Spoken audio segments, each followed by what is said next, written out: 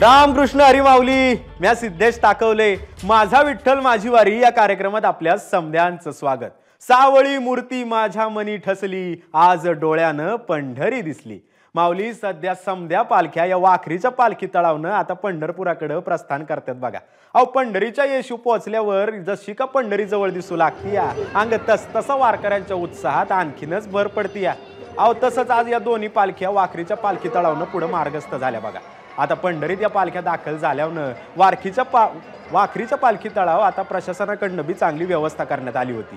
प्रत्येक वारकऱ्याच्या डोळ्यात आता आज फक्त एकच असती या बघा, ती म्हणजे आपल्या सावळ्या विठुरायाला भेटण्याची. आलेला समदाशीन हा काही क्षणात नाहीसा झाला बघा. माऊली आतापर्यंत आम्ही तुमच्यापर्यंत वारीचा योग प्रवास न चुकता पोहोचवत आलतो बघा. माऊली आतापर्यंत वारीच्या या प्रवासातल्या काही जरा खास क्षणांवर जरा नजर बी टाकूया. माऊली आता मी तुम्हाला घेऊन जाणार आहे थेट आपल्या लाडक्या विठुरायाच्या पंढरीत. तिकडे आमचा प्रतिनिधी गोविंद शेळके सध्या आपल्या सोबत आहे. गोविंद माऊली रामकृष्ण हरी. अहो कसं सजली या पंढरी? वारकऱ्यांच्या उत्साहात काय कमतरता झाली का आणखीनच भर पडली या?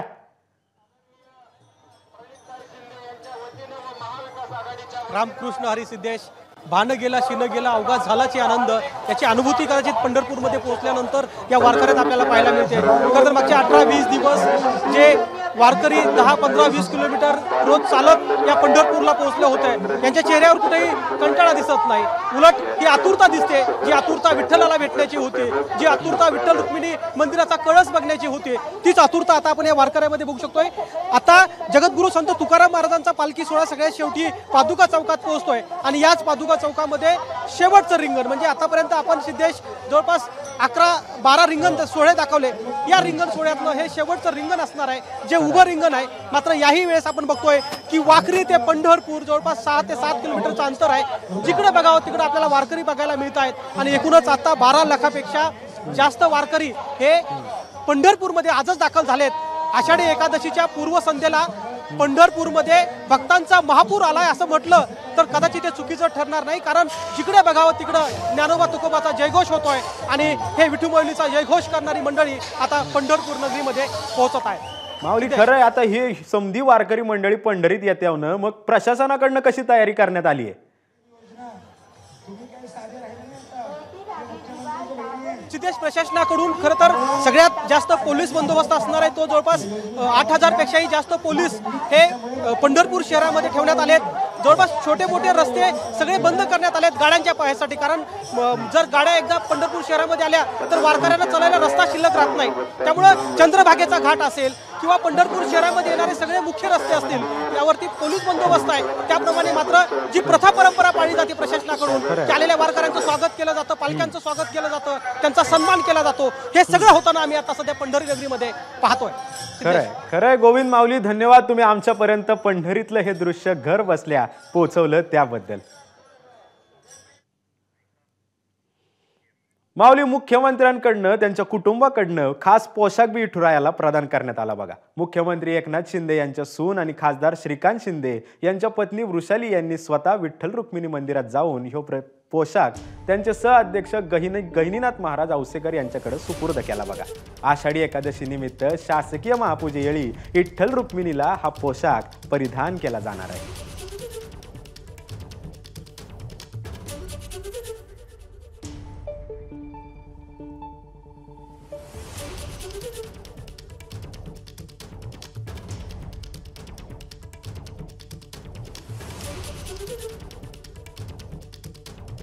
अंगार काय पैठणी आहे आणि सोहळा आहे. जसं देवाचं आपलं आहे तसं आपण थोडंसं आपल्या पद्धतीने आपण करतो की देवाला कसं छान नटवू शकतो. आता सगळेच एकदम एकादशीसाठी असतं ना एक भावूक, आणि देव किती छान आपल्याला नटवता येईल ते आपण मनापासून आपण स्वतः तयार होतो तसं आपण म्हणतो देव माझा कसा नटेल. तर ते तेवढेच मी 2 शब्द बोलेन, जास्त नाही, पण छान आहे केलेलं आहे. आता पैठणी साडी आहे, देवीला नऊवारी पैठणी साडी आहे आणि हे अंगार काय. माऊली पंढरपुरात आषाढी एकादशीला विठुरायाच्या दर्शनासाठी लाखो भाविक दाखल झालेत बघा. मात्र या भाविकांच्या भुकेची काळजी गेल्या 46 वर्षापासून एक आवलिया घेतो या. कर्नाटकचे संत दानेश्वर महाराज हे गेली 46 वर्ष पंढरपुरात अन्नदान करतात बघा. चहा असू द्या, नाश्ता असू द्या, भोजनाची सेवा असू द्या, अहो गेली 46 वर्ष रात्रंदिवस ही सेवा ती पुरवतात बघा.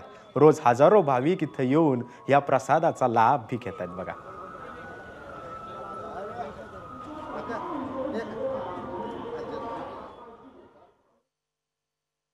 दर्शन रांगेतल्या हजारो भाविकांना गेले 8 दिवसापासून 2 वेळचं भोजन, नाश्ता, चहा देण्याचं काम कर्नाटकचा एक अवलिया भाविक करीत आहे. दानेश्वर महाराज म्हणून त्यांचं नाव आहे. गेले 8 दिवसापासून या इथं अशा पद्धतीचे मोठमोठी भांड्यात भाज्या, नाश्त्याचं साहित्य, चपाती, भात हे शिजवण्यात येत आहे आणि यासाठी हजारोच्या संख्येने भाविक यांना इथं 24 तास दर्शन रांगेत कधी जरी आला तरी त्यांना खायला दिलं जात आहे. दर्शन रांगेच्या बाहेर असलेल्या भाविकांना सुद्धा हे अन्नप्रसादाचा लाभ दिला जातोय. 24 तास हे यांची रसोई चालू असते. 24 तास इथल्या चुली शांत होत नाहीत. तब्बल 8 दिवस या चुली अशाच चालू राहतात आणि दर्शन रांगेतल्या शेवटच्या भाविकाला प्रसाद दिल्याशिवाय ही सेवा यांची खंडित होत नाही. आणि अशा या कर्नाटकाच्या अवलिया भाविकाकडनं गेले 16 वर्ष अशा पद्धतीची अन्नदानाची सेवा चालू आहे. आजही हजारोच्या संख्येनं भाविक दर्शन रांगेतले या दानेश्वर महाराजांनी दिलेला प्रसाद खाऊन दर्शन रांगेत थांबत आहेत. कॅमेरामन आयुब कागदीसह सुनील दिवाण, एबीपी माझा. माऊली यंदा आषाढी वारीसाठी विक्रमी गर्दी झाली असून विठुरायाच्या पायऱ्यावर दर्शनाची रांग ही 10 पत्राशेड भरून गोपाळपूर पर्यंत पोहोचली बघा. अहो यंदा पाऊस काळ चांगला झाल्यानं भाविकांच्या आलोट सागर पंढरीत दाखल झालाय आणि याचाच आढावा घेतलाय आमच्या प्रतिनिधींनी बघा.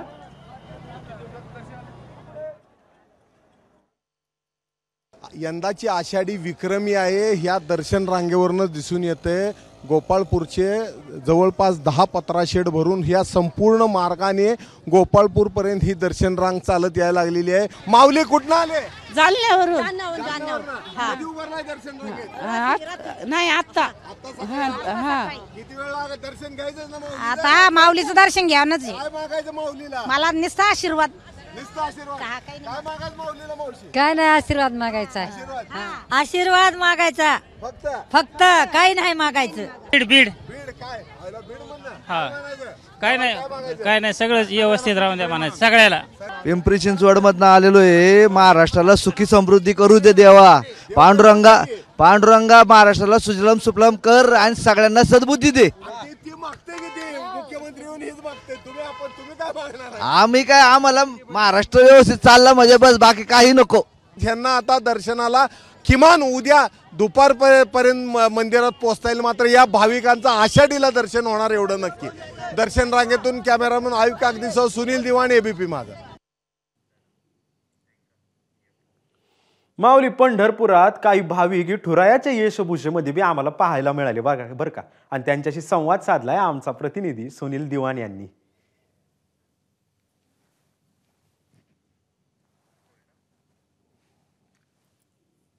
विठ्ठलाच्या दर्शन रांगेत हजारो भाविक आहेत.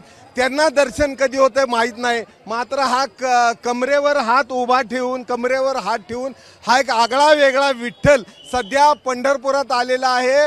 भाविकांना तिथं जरी दर्शन नाही झालं तर भाविक या आगळ्या वेगळ्या विठ्ठलाचं दर्शन घेण्यासाठी येत आहेत. त्यांच्याबरोबर सेल्फी घेण्यासाठी येत आहेत. विठ्ठलाचा जसा पोशाख आहे तसाच पोशाख त्यांनी केलेला आहे. आपण त्यांना विचारू, माऊली कुठनं आले तुम्ही? मी विकास घोगरे.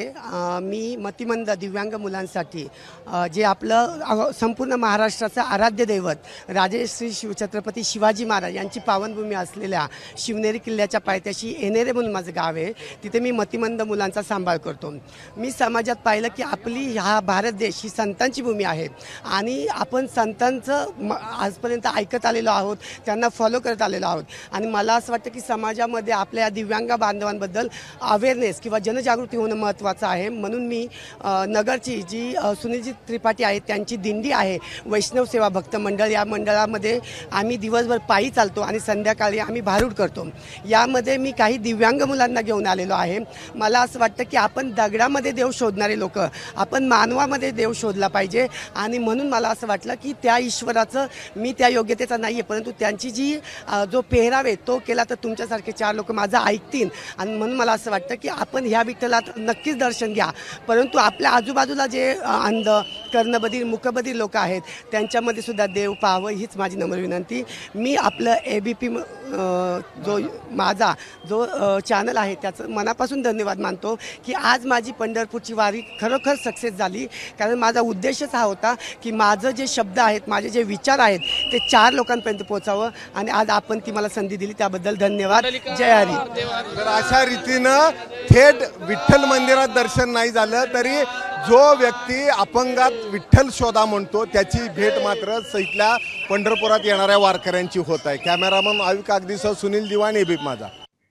माऊली, आता आपण जरा परत पंढरपुरात जाऊ बरं का, कारण तिकडं संत तुकारामांच्या पालखीचं शेवटचं उभं रिंगण पंढरपूरच्या येशीव पार पडतंय. या बघा, अहो तुकोबांची पालखी आज रात्री पंढरपुरात सावणार आहे आणि हेच ते दृश्य आहे बघा, डोळ्यांचं पारणं फेडणार आहे. कुठल्याच वारकऱ्याच्या चेहऱ्यावर ना कसली चिंता, ना कसला थकवा, ना कसली तहान, ना भूक, समद हरवून फक्त विठ्ठलाच्या भक्तीत हरवून जायचं बघा. आता या समध्या पालख्या या पंढरपूरच्या येशीव आता दाखल झाल्यात आणि या पंढरपूरच्या येशीव तुकोबांच्या पालखीचं शेवटचं उभं रिंगण हे पार पडतंय बघा. तसंच या सगळ्या मानाच्या पालख्यांचं बी जंगी स्वागत बी करण्यात आलं बघा.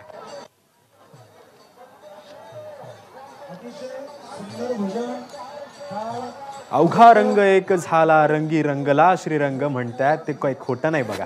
अहो पंढरपुरात जेव्हा का तो कळस दिसू लागतो तसाच विठ्ठलाच्या प्रत्येक भक्ताच्या चेहऱ्यावर तोच एक आनंद विसरतो.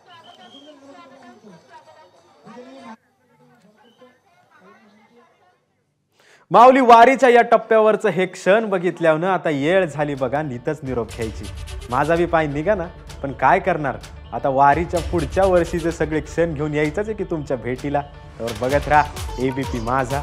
बोला पुंडलिका वरदे हरी विठ्ठल श्री ज्ञानदेव तुकाराम पंढरीनाथ महाराज की जय.